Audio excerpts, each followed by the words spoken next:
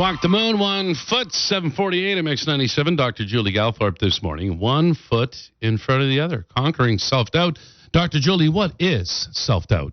Well, self-doubt is a lack of confidence in yourself or your abilities. So first, let's just identify that it's normal to have self-doubt. You don't have something wrong with you if you experience self-doubt. In fact, it can help us be reflective and mindful on how our decisions are made. But too much self-doubt, it's like anything when we have too much, like too much cheesecake might be good a little bit, but too much of it is negative. And too much self-doubt gets in the way of our life experience and the goals that we set for ourselves. So the good thing about self-doubt, though, is that it's something that we can change. I've seen young people, they would say things like, I would really like to be part of a team, but I'm not good enough. Or I'd really like to ask this girl out, but I know she won't find me attractive.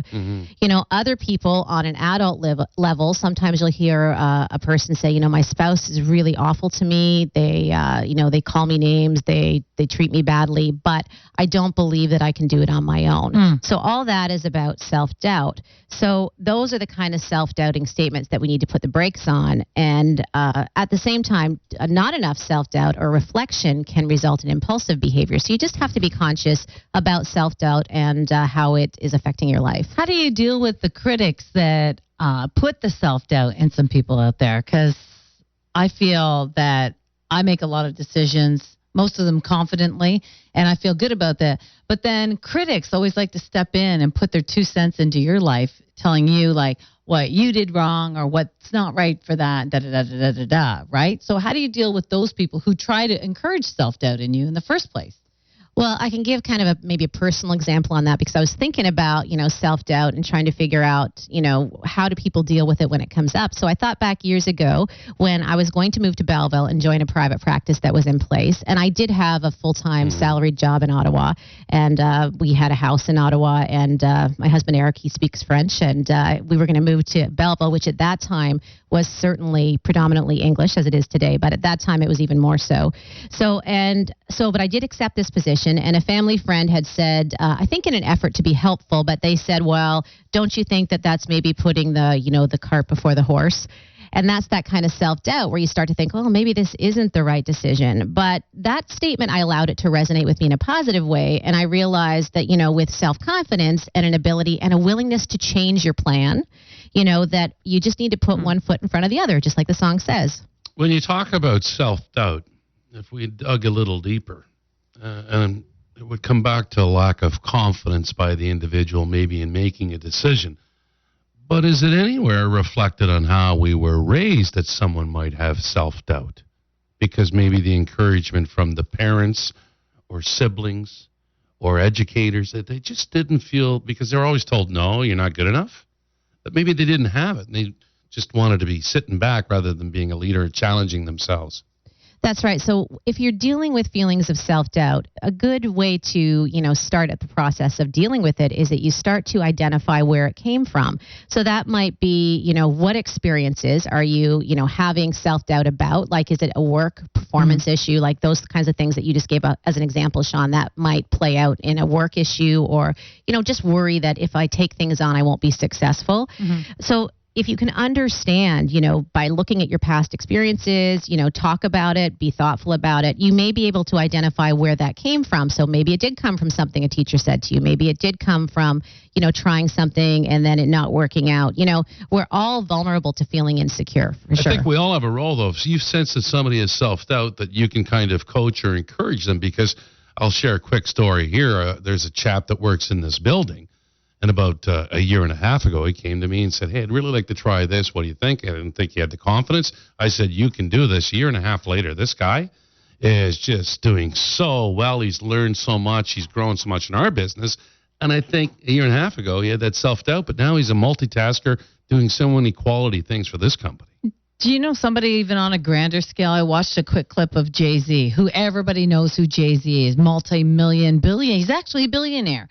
But back before Jay-Z sold one of his first major albums, his uncle said to him, you can't sell 1 million records. Like, what are you doing? Jay-Z said, I tell this story all the time because he took at that point when his uncle said that to him, harmlessly saying that, he realized it was his uncle saying to him, I can't sell 1 million records, and putting that thought on him. So Jay-Z said to his uncle, no, you can't sell 1 million records, but I'm going to. And he did. So it's all about, some people project their fears and their criticisms and their fears on you because it's not what they can do. So they say to you, you can't do that. So then the person with self-doubt goes, maybe I can't do that. That's right. And it's not always that they can't do it. They fear doing it, right? They fear the work that it takes to, make a shift, put one foot in front of the other, and really work it, because he didn't sell 1 million records just by saying he was going to do it, right? No. He put a lot of work believed into in it, himself. right? And he was willing to do the work. Mm-hmm. And that's the key to being able to overcome self-doubt, is you show yourself that you can do it. Mm-hmm. Back with Dr. Julie Moments, 7:53 at the Mix. Mazda knows that passionate drivers... Sam Hunt's Mix97. Dr. Julie Gowthorpe in this morning, talking self-doubt. How do we overcome self-doubt, Dr. Julie? Well, first of all, as we said earlier, you have to identify what the experiences are that are bringing up that self-doubt. We all fear something, and, is it rejection? Is it fear of not meeting a performance? Is it worry about being judged? That's a big one that people have. They worry that people are not going to be okay with their decision, or they're worried that if they fail, people will judge them. You need to understand, and that's where we talk about looking back and reflecting on what might have led to this belief system that you can't do something or that you lack the ability. Practice self-compassion. And we were just talking off air about, how we as humans, need to support other people rather than introducing self-doubt. So this means that we do not all need to be above average. We do not all need to be perfect. If we are mindful and we show humanity and self-kindness, self-doubt no longer has to be an obstacle, because we're okay with trying things. And if it doesn't work out, well, then we do something different, but it's a learning process. And finally, action. And this is where that song came in. And from now on, I will leave the music direction up to all of you. But the song, put one foot in front of the other. And there is an old song that is about that as well. But it really is about just breaking off each chunk and taking a step forward. Because even if the step doesn't work out how you thought it was going to, you can change direction and you'll be fine. Julie, this leads me to remember a very famous quote by somebody that I have a lot of respect for. And he has often said this to me and probably hundreds of other people. How do you eat an elephant, Sean? One piece at a time. See? There you go. There you go. Thanks for the conversation this morning. Dr. Julie Gowthorpe is in on Wednesday mornings. We'll have the audio if you missed some of today's show up at mix97.com. For more help, Julie, feel free to give us a call at 613-962-1852. Stanley Cup playoffs start tonight. Who's your money on? Oh, think about that, Julie, because your husband cheers for different teams. Yeah, I'm not going to place any money, so I'm not going to answer that question. I like that. You have self-doubt in the team that you... Self